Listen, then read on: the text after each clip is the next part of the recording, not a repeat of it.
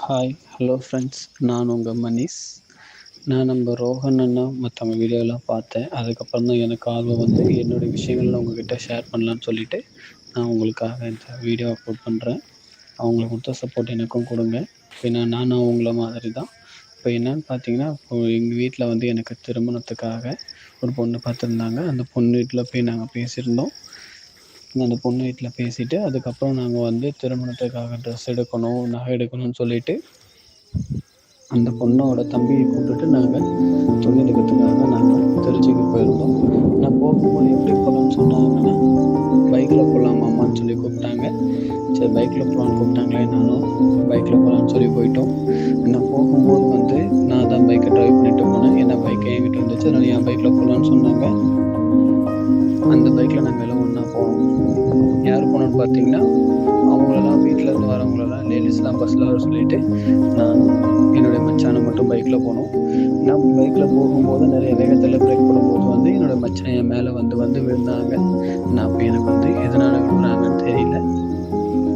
நானும் மேலே விழுறாங்க, சரி ஜாலியாக விழுறாங்கன்னு சொல்லிட்டு போயிட்டேன். கொஞ்சம் தூரம் போனதுக்கப்புறம் போனதுக்கப்புறம் என்னை ஏதோ வந்து புதுசாக இடிக்கிற மாரி எனக்கு ஒரு ஃபீல் ஆச்சு. நான் அதனால் பின்னாடி தொட்டு பார்த்தா திடீர்னு ஒரு பாம்பு, உங்களுக்கு தெரியும்னு நினைக்கிறேன்.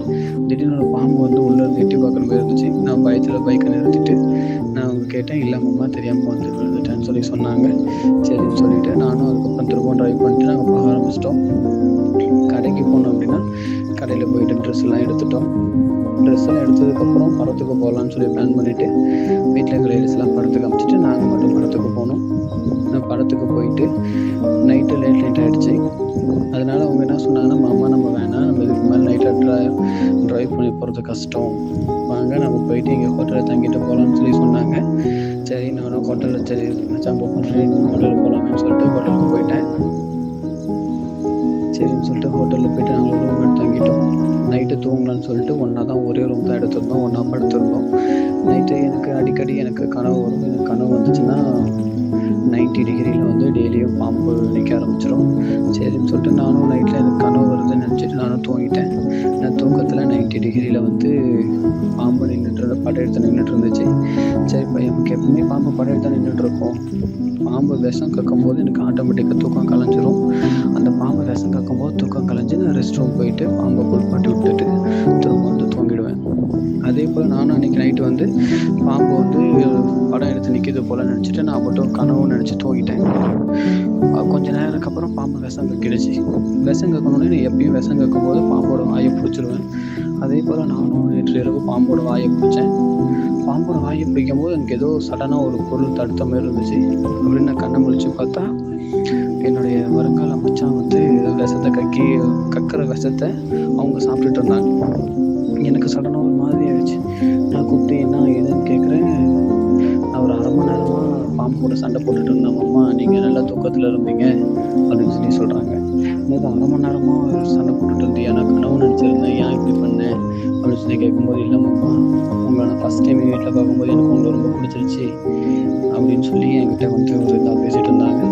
எனக்கும் இதுக்கு முன்னாடி நான் யார் கூடயும் ஃபர்ஸ்ட் டைம் அப்படி பண்ணதில்லை. ஃபஸ்ட் டைம் அதுவும் நான் விரும்பி பண்ணதில்லை. என் மச்சானா வந்ததுனால அன்றைக்கி வந்து பாம்பு விஷம் கட்டிடுச்சு.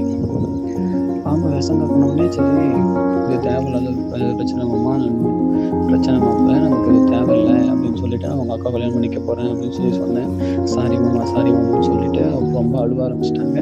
சரின்னு சொல்லிட்டு பையன் அழுகுறானேன்னு சொல்லிவிட்டு நானும் அப்புறம் ஹக் பண்ணிவிட்டு சரி நீங்களும் அழுவக்கூடாது அப்படின்னு சொல்லிவிட்டு அவங்களோட பாம்பு எடுத்து என்னோட 2 தொடைக்கு நடுவில் வச்சுக்கிட்டு தூங்கிட்டோம். 2 பேரும் பாம்பு எடுத்து அவங்கவுங்க தொடைக்கு உள்ளே வச்சுக்கிட்டு அன்றைக்கி நைட்டு ஃபுல்லாக படுத்து தூங்கிட்டோம். அடுத்த நாள் காலையில் எழுந்திரிச்சு எப்பயும் போல் நாங்கள் வீட்டுக்கு கிளம்பி போயிட்டோம். அதுக்கப்புறம் என்ன நடந்துச்சுன்னு பார்ட் 2ல் சொல்கிறேன். தேங்க்யூ. உங்களுடைய மனிஷ்.